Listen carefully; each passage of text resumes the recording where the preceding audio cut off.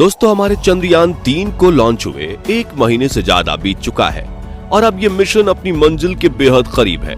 जैसे जैसे ये चांद के नजदीक पहुंच रहा है, हमारी उत्सुकता और बेचैनी बढ़ती जा रही है। पूरी दुनिया की नजरें इस समय चंद्रमा पर है और इस बीच हमारे इसरो वैज्ञानिकों ने एक बड़ा खेल कर दिया है।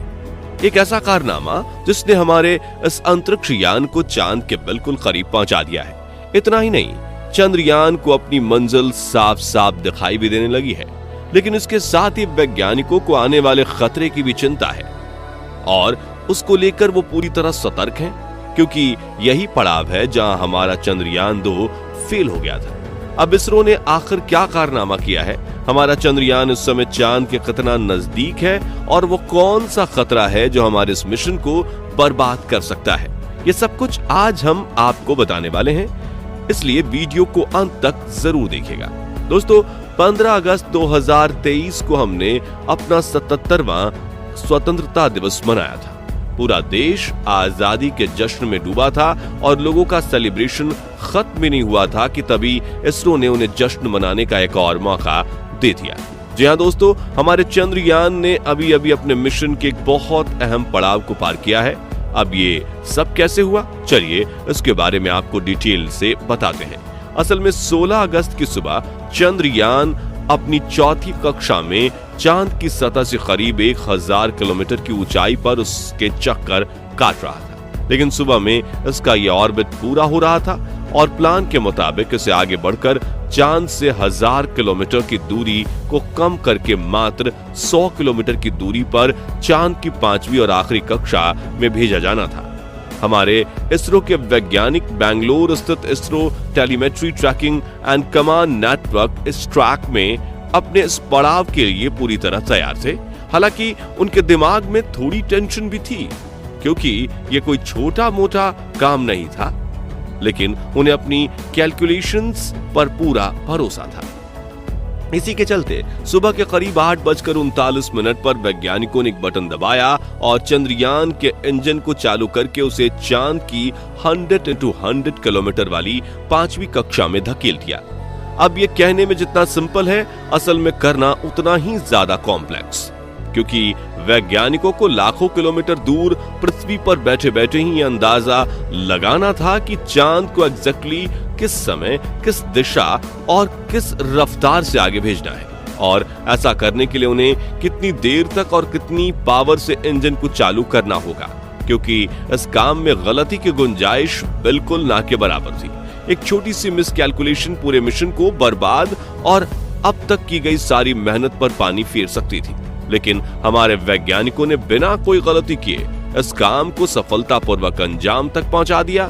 इसके लिए वैज्ञानिकों ने सिर्फ 1 मिनट के लिए चंद्रयान के इंजन को ऑन किया था और कुछ ही पलों में ये चांद की 5वीं कक्षा में स्थापित हो गया था।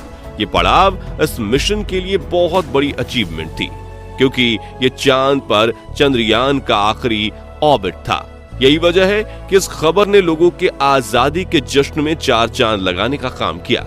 लेकिन कहानी सिर्फ यहीं खत्म नहीं होती है, बल्कि इसके बाद चंद्रयान ने सिर्फ 24 घंटे के अंदर ही एक और ऐसा कारनामा कर डाला कि अब चांद बस 2 कदम दूर नजर आ रहा है। दरअसल 100x100 की कक्षा में एंटर करने के बाद इसरो के वैज्ञानिकों ने प्रपल्शन मॉड्यूल और विक्रम लैंडर को एक दूसरे से अलग कर दिया है। ये काम भी काफी टेक्निकल और कॉम्प्लिकेटेड था। इसके लिए वैज्ञानिकों ने बिना इसकी गति में कोई छेड़छाड़ किए इन दोनों हिस्सों को जोड़ने वाले हुक्स को खोल दिया है। अब क्योंकि लैंडर और प्रोपल्शन मॉड्यूल दोनों ही की गति एक समान थी, इसलिए हुक खोलने के बाद भी एक दूसरे से एक झटके में अलग नहीं हुए। इसको स्मूथली बिना कोई नुकसान किए अंजाम देने के लिए वैज्ञानिकों ने लैंडर की स्पीड को थोड़ा सा बूस्ट किया। अब क्योंकि हुक्स खोले हुए थे, इसलिए स्पीड बढ़ते ही लैंडर प्रोपल्शन मॉड्यूल को पीछे छोड़कर खुद आगे बढ़ गया और अब आगे का सफर लैंडर को खुद ही तय करना है।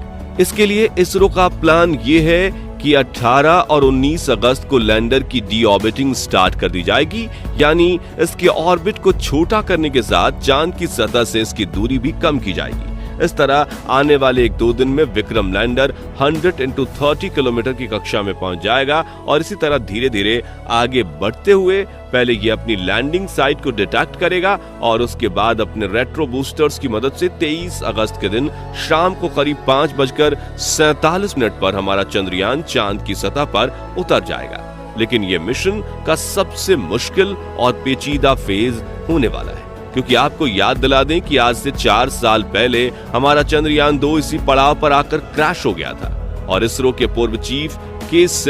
का प्रधानमंत्री के कंधे पर सर रखकर रोने वाला मंजर आज भी हमारे जहन में ताजा है।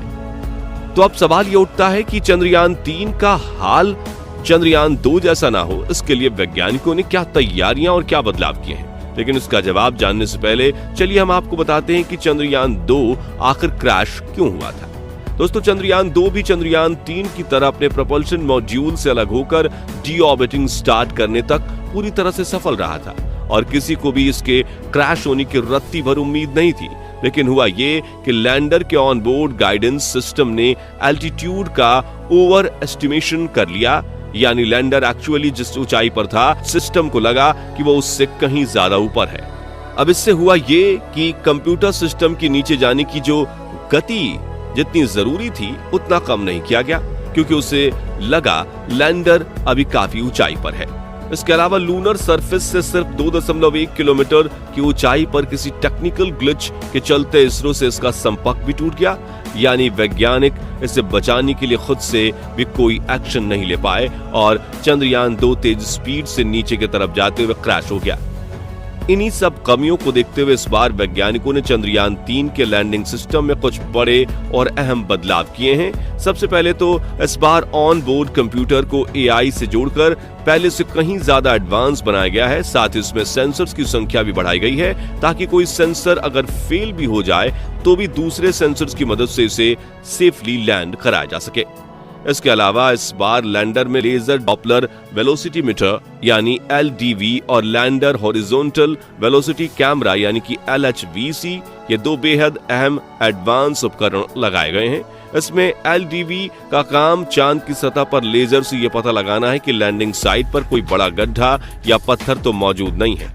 इसके अलावा LHVC का काम नीचे उतरते समय जमीन की लाइव तस्वीरें लेकर कंप्यूटर सिस्टम को भेजना है ताकि वो सही जगह का चुनाव कर सके। चंद्रयान का विक्रम लैंडर अपने साथ प्रज्ञान रोवर को ले जा रहा है। ये एक 6 टायर और 27 किलो वजन वाला बेहद एडवांस रोवर है और इसकी मदद से ही चंद्रयान 3 अपनी रिसर्च और शोध के काम को अंजाम देगा। चंद्रयान 3 के लैंडर को कितना एडवांस बनाया गया है, इसका अंदाजा आप इसी से लगा सकते हैं कि अगर इसके सारे सिस्टम भी फेल हो जाएं तब भी ये सॉफ्ट लैंडिंग करने में सफल होगा, क्योंकि अभी कुछ दिन पहले इसरो के चीफ एस सोमनाथ ने एक इवेंट के दौरान ये कहा था। ये सारी चीजें और सब बातें समझने के बाद हमें इस बात का पूरा यकीन है कि 23 अगस्त के दिन शाम को करीब 5:45 बजे हमारा चंद्रयान 3 चांद के दक्षिणी ध्रुव इलाके में जरूर लैंड करेगा और हमारे भारत का झंडा सिर्फ देश विदेश ही नहीं बल्कि चांद पर भी लहराता रहेगा। वैसे आपको क्या लगता है, हमारा चंद्रयान 3 इस बार कामयाब होगा या नहीं? अपना जवाब कमेंट के माध्यम से जरूर शेयर कीजिएगा। बाकी हमारी आज की इस वीडियो में बस इतना ही। वीडियो अच्छी लगी हो तो इसे लाइक और शेयर जरूर करना और अगर आप चैनल पर नए हैं तो चैनल को सब्सक्राइब भी जरूर करें और यदि आप फेसबुक पेज पर हैं तो उसे फॉलो करना बिल्कुल ना भूलें। मिलते हैं जल्दी ही ऐसी एक और इंटरेस्टिंग वीडियो के साथ, तब तक के लिए गुड बाय।